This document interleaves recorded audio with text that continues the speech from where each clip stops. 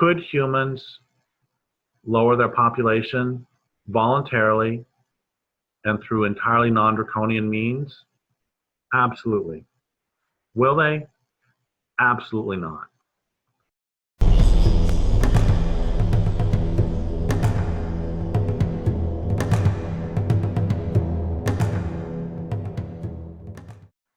Do you think we're going to need to reduce human population on Earth?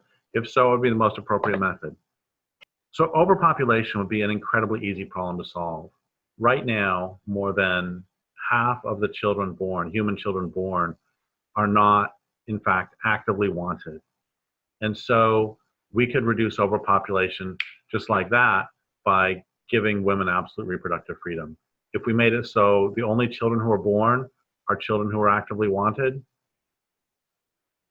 overpopulation disappears within a couple generations. It just, the human population naturally goes down, and one of the strongest correlations, one of the strongest and most effective uses of money in order to decrease human population is to teach little girls to read. Teaching little girls to read is the strongest indicator of later on them having fewer children. So that's a very easy, very non-draconian way. This simple solution will not happen. This simple solution will not happen for a couple reasons. One of the reasons is that this little thing called patriarchy, where men control women's bodies. So in order to give women absolute reproductive freedom, you basically have to get rid of Christianity, Judaism, Islam, basically monotheistic religions where you have a patriarchal sky god who controls everybody. So if we can get rid of that, then we can have an intelligent discussion about population, maybe. But maybe not, because there's another problem too. Another problem is that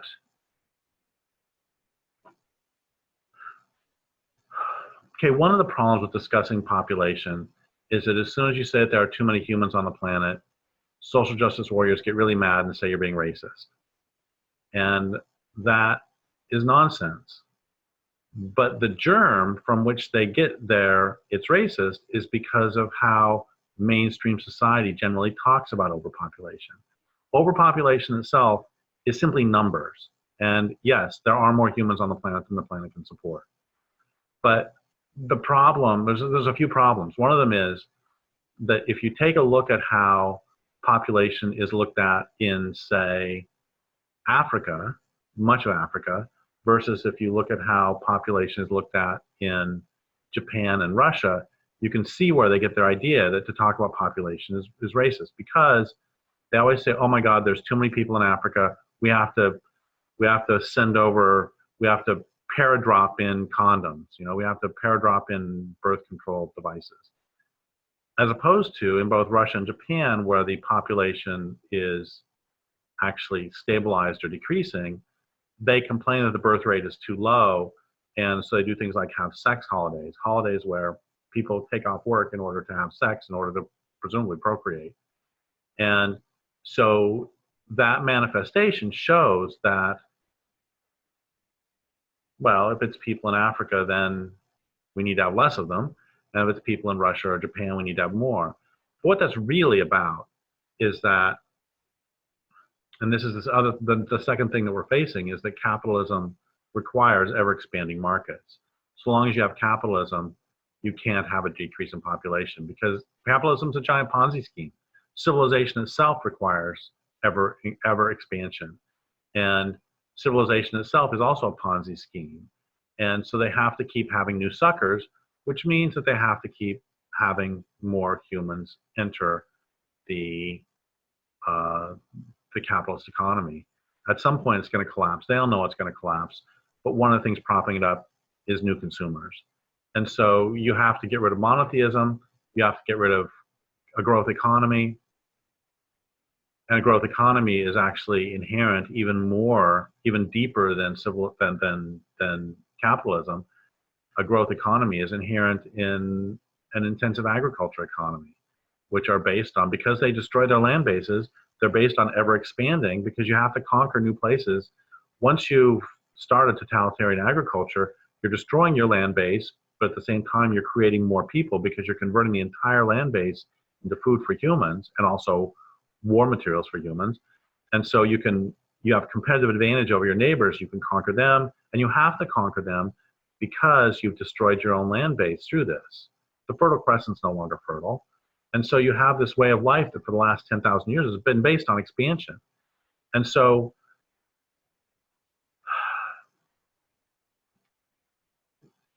every cell in my body wants for us to have a voluntary transformation to a sane and sustainable way of living. And part of that would be a voluntary reduction in numbers through simply having fewer babies. It's like if I were made in charge of the US military, if I were made president of the United States, I wouldn't just immediately tomorrow end the military because, and frankly, you'd have a big employment problem with what are all those people going to do. So what I would do is I would just stop recruiting and let natural attrition lower the size of the military. And we could do the same thing. We could have natural attrition, just lower the size of human population with a lower reproduction rate. That's all fine. It's not going to happen. So I want to take this now, and as long as we've raised the notion of population, I want to talk a little bit more, because most of our conversations about population are really, really stupid, and they're really unnecessarily fraught with human supremacism and outrage, as opposed to simply recognizing that many creatures overpopulate, and when these creatures overpopulate, they cause harm to the land base. There's something called a carrying capacity, which is how many of a certain species can live in a certain place more or less forever. And you can have an island that can have a carrying capacity of 1,000 deer, and 1,000 deer could live there more or less forever. But if you have 10,000 deer there, they're going to permanently reduce the carrying capacity because they're going to eat too much, they're going to poop too much, and their hooves are going to tear up too much of the vegetation. And the same thing is happening with humans. Every day that passes, this is one of the things that kills me, is that because as soon as you talk about, well, there's more humans on the planet than the planet can support, people immediately presume, oh, that means you hate babies. And, well, I don't really like babies, but leave that aside. But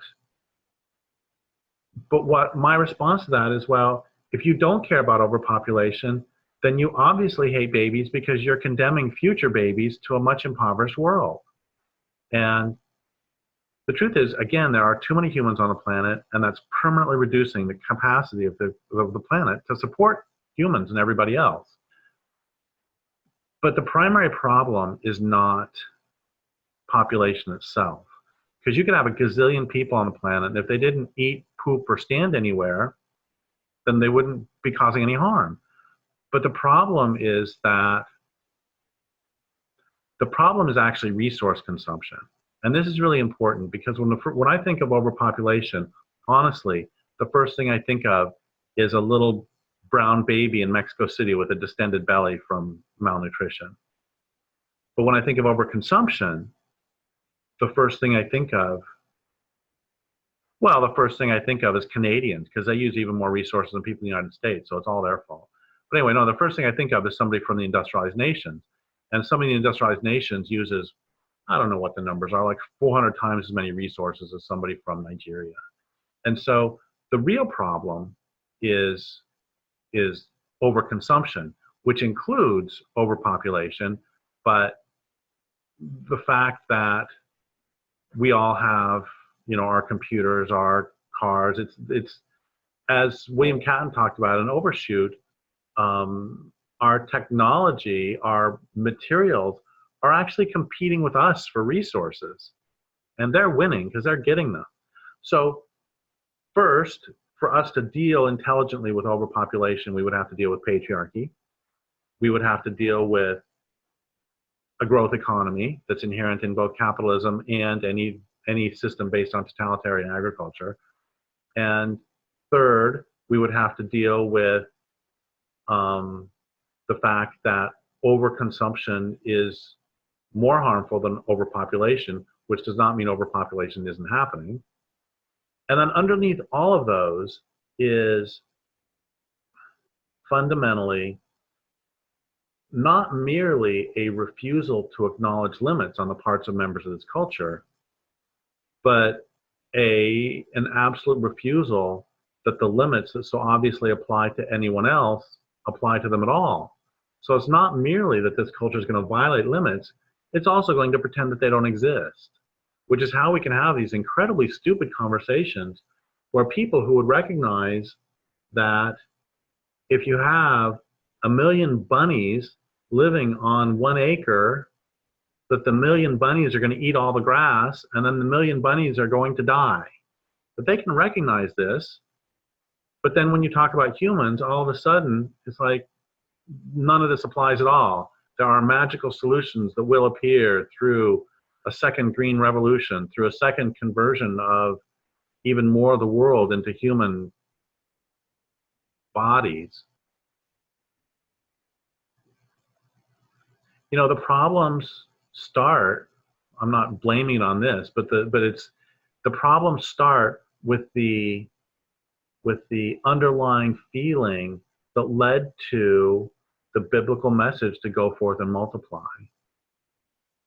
How would everything be different if instead the founding documents of our culture were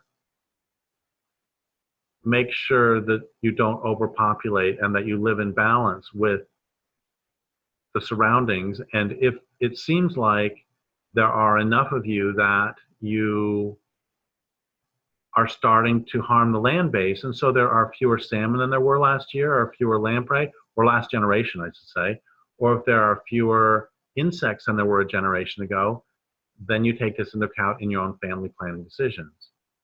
And it's not that difficult. For one thing, we all know where babies come from. We know how we can not have babies. And second, if you put worms in a worm bin and you limit the amount of food they have, the worms will limit the number of babies they have. And they don't even have a brain. They do, however, have 3 hearts. Maybe that makes a difference. So, could humans lower their population voluntarily and through entirely non-draconian means? Absolutely. Will they? Absolutely not. And I think often of something that my mom said to me when I was a small child, which is that she would tell me to clean my room and I would not get around to it. And then she would tell me to clean my room and I would not get around to it. And she would tell me to clean my room and I would not get around to it. And then she would say, okay, you have until tonight at dinner, and if your room has not been cleaned, I'm going to clean it. And if I clean it, you're not going to like it because I'm throwing everything away. I clean my room. The point is that we can have a voluntary transformation to a lower population, to lower resource usage. We could have that voluntarily. We won't, which means the earth will do it for us, and we're not going to like it because it's going to throw a lot of us away.